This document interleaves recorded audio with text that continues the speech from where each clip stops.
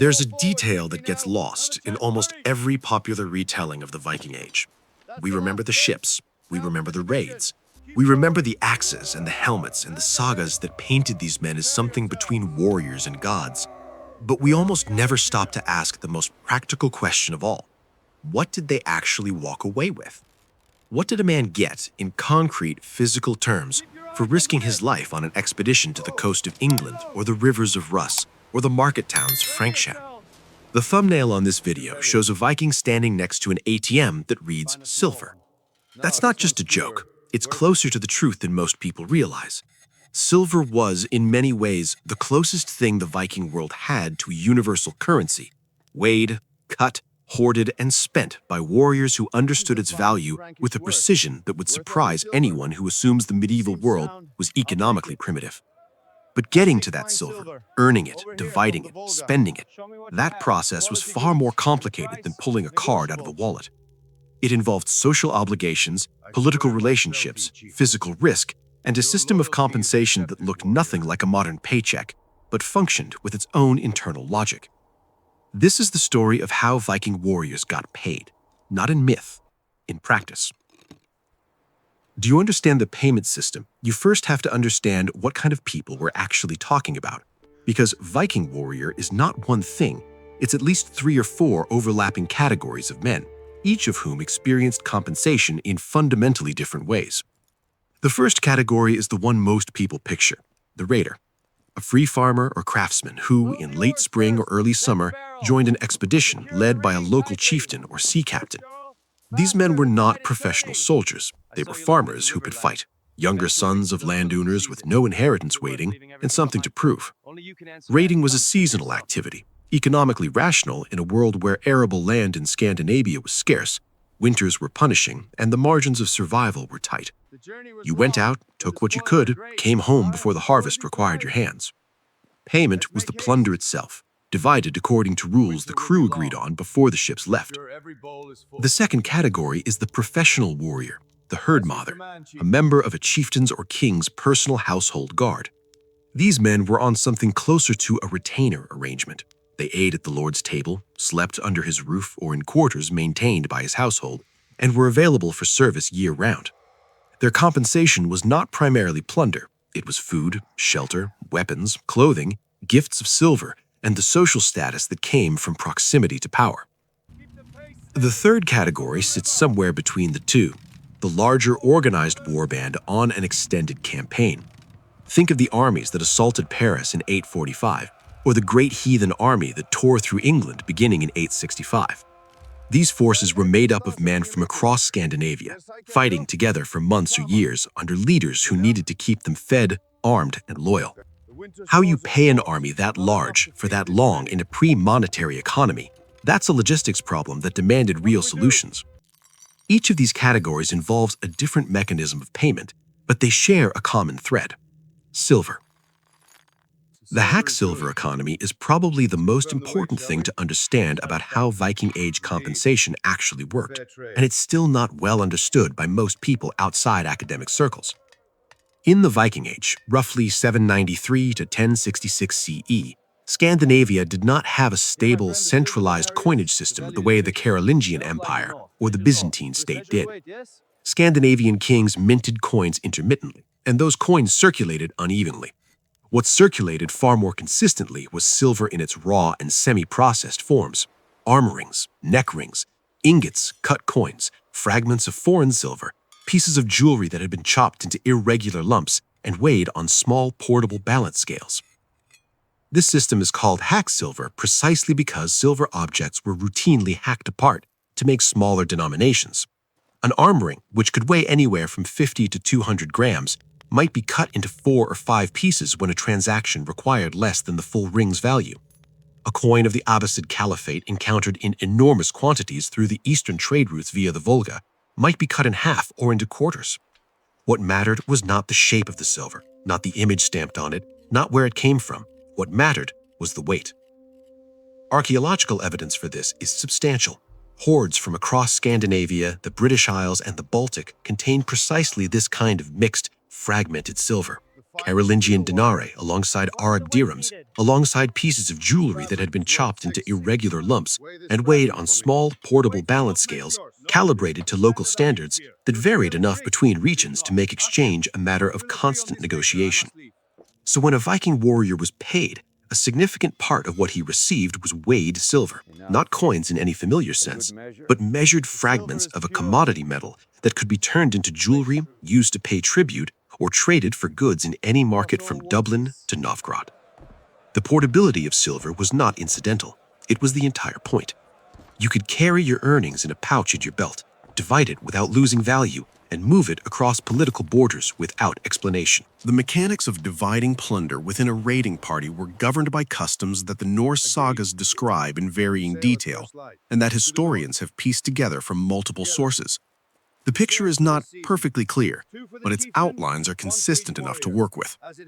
Before a raid, the men who agreed to participate would typically establish the terms of the division. The leader of the expedition, the captain of the ship, the chieftain who organized the force, received a larger share, sometimes double what an ordinary crew member took. That extra portion compensated for the capital investment of the ship itself, the provisions, the organizational effort, and the leadership risk. Some sources suggest that the ship itself was treated as an entity with its own share, meaning the vessel's owner extracted payment for its use through that portion of the division. A man who brought his own weapons and armor typically received a full share. A man who was equipped at the expedition's expense received less. The cost of his weapons was deducted from his portion before distribution. This created an incentive to arrive armed. Warriors who came with their own iron, their own shields, their own leather padding had negotiated better terms before the ships left the beach. The actual division happened after the raid, once the group had returned to a safe location. Movable goods, silver, jewelry, cloth, tools, weapons taken from the dead were pooled and counted. Captives represented significant value. The slave trade was deeply embedded in Viking economic life. A healthy adult captive brought to a market in Dublin or Hedeby or along the Volga could fetch a price in silver that represented months of ordinary agricultural income. Their value was calculated and folded into the settlement. Not every raid was equally profitable. The accounts of Viking raids on English monasteries in the late 8th and 9th centuries suggest that the wealth available in a single well-organized assault on an undefended community could be substantial, not just the liturgical silver, but the cloth, the food stores, the livestock, and the captives. But many raids produced far less. A coastal village that had already been stripped by previous raiders, a community that had warning and moved its valuables inland, a voyage that encountered storms and arrived late in the season. These expeditions might barely cover their costs. The risk was real. Men died. Men returned with nothing. The calculus was not always favorable. For the warrior in a lord's household, the hirdmother, the compensation structure was different in form but not entirely different in value. The saga literature depicts the relationship between a lord and his household warriors in terms of mutual obligation. The lord provided food, drink, a sleeping place, weapons when needed, and gifts at appropriate occasions. The warriors provided loyalty, labor, and their bodies in combat. The exchange was personal, framed not as employment, but as a bond between men, and breaking it was a serious social rupture. In material terms, the food alone was significant.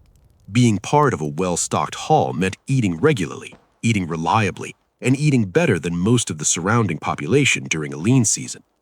In a world where a failed harvest or a bad winter could mean genuine starvation, access to a well-stocked hall was compensation of real substance. Beyond food, household warriors received gifts of silver, weapons, of clothing.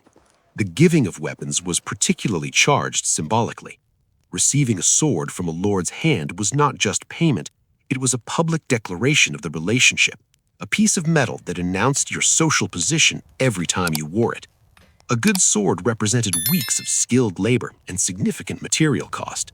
When a lord handed one to a warrior, that warrior understood exactly what it meant.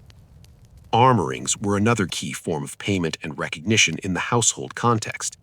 The Norse term for a generous lord, baugdriotar, ring breaker, reflects exactly this practice. A A lord who broke apart silver arm rings to distribute to his men was demonstrating both his wealth and his willingness to share it. The ring worn on the arm was wealth made visible and wearable. Breaking it was an act of generosity and a practical economic transaction at the same time. It is one of the more striking examples of how the Viking world fused material value, social symbolism, and practical function into a single object.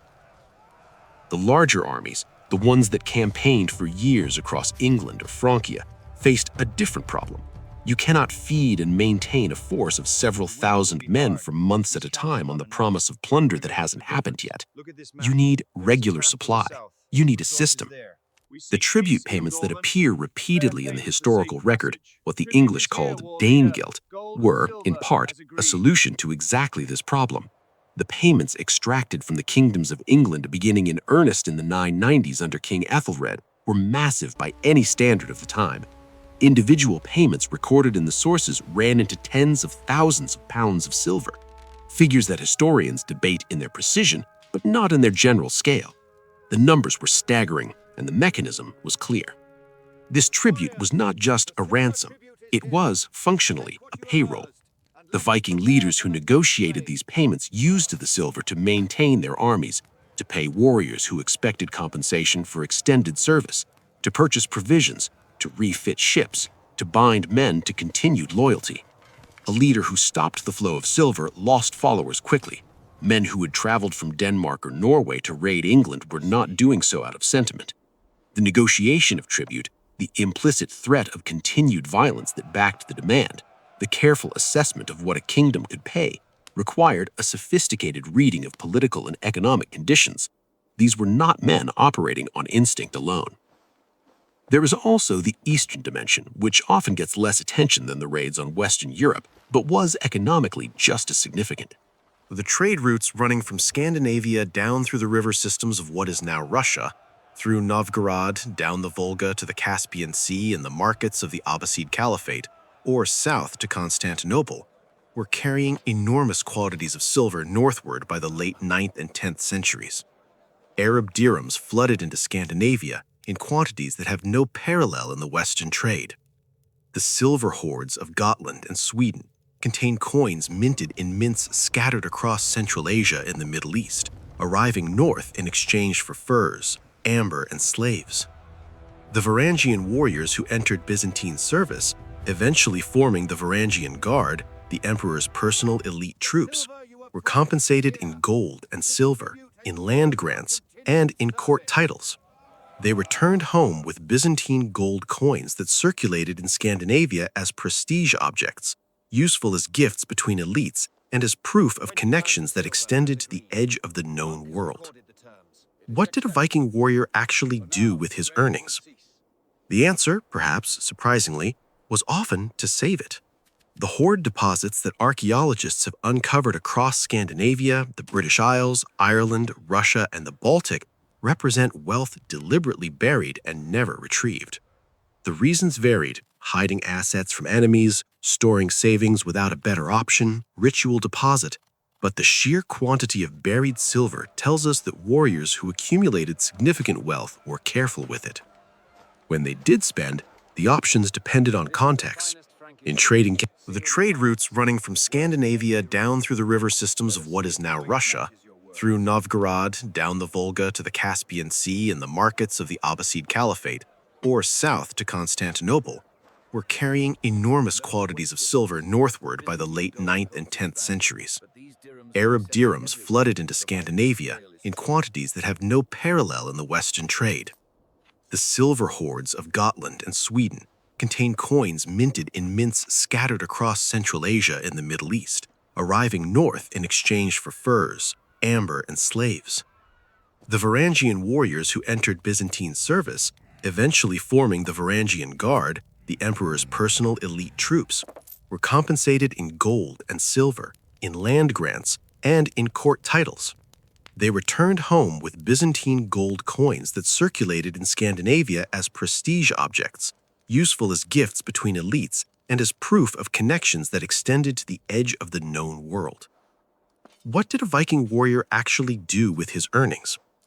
The answer, perhaps surprisingly, was often to save it. The hoard deposits that archaeologists have uncovered across Scandinavia, the British Isles, Ireland, Russia, and the Baltic represent wealth deliberately buried and never retrieved. The reasons varied: hiding assets from enemies, storing savings without a better option, ritual deposit. But the sheer quantity of buried silver tells us that warriors who accumulated significant wealth were careful with it. When they did spend, the options depended on context.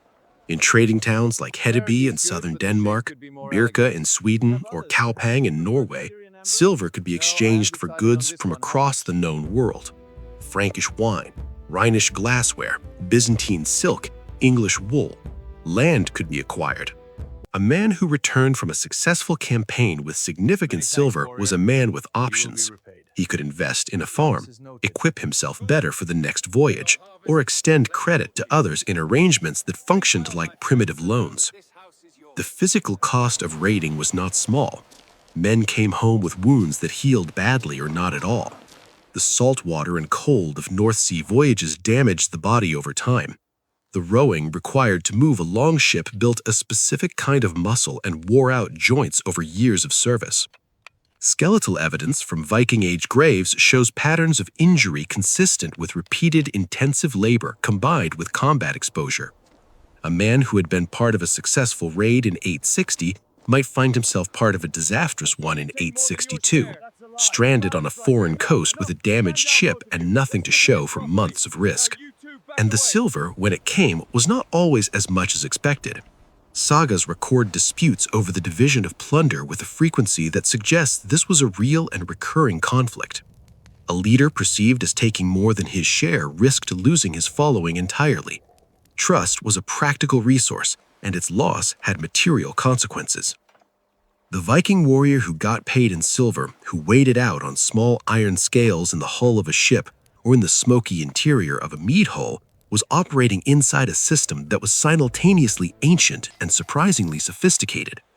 He was not a wandering barbarian motivated purely by violence. He was a participant in an economic network that stretched from the Arctic Circle to Baghdad, from the coast of Newfoundland to the courts of Constantinople. The silver that passed through his hands had traveled thousands of miles from where it was mined, through Central Asian mountains, through Caspian ports, through the river systems of Russia, through the hands of dozens of traders and rulers before it reached him. That's what the ATM in the thumbnail is really pointing at, not a joke about modern banking. A recognition that the Viking warrior had a relationship with money, with its weight, its divisibility, its portability, and its social meaning, that was more concrete and more considered than we usually give him credit for. He knew what silver was worth. He knew how to weigh it. He knew how to spend it, save it, give it away, and use it to build the kind of life that a world with no safety nets, no pension systems, and no legal protections for the weak required. The sword got you to the silver. The silver got you everything else. If the economic logic behind Viking Age interests you, the silver, the slave trade, the moment Scandinavian rulers began minting their own coins, these are threads that run deep. Drop a comment about which direction you'd like to go next.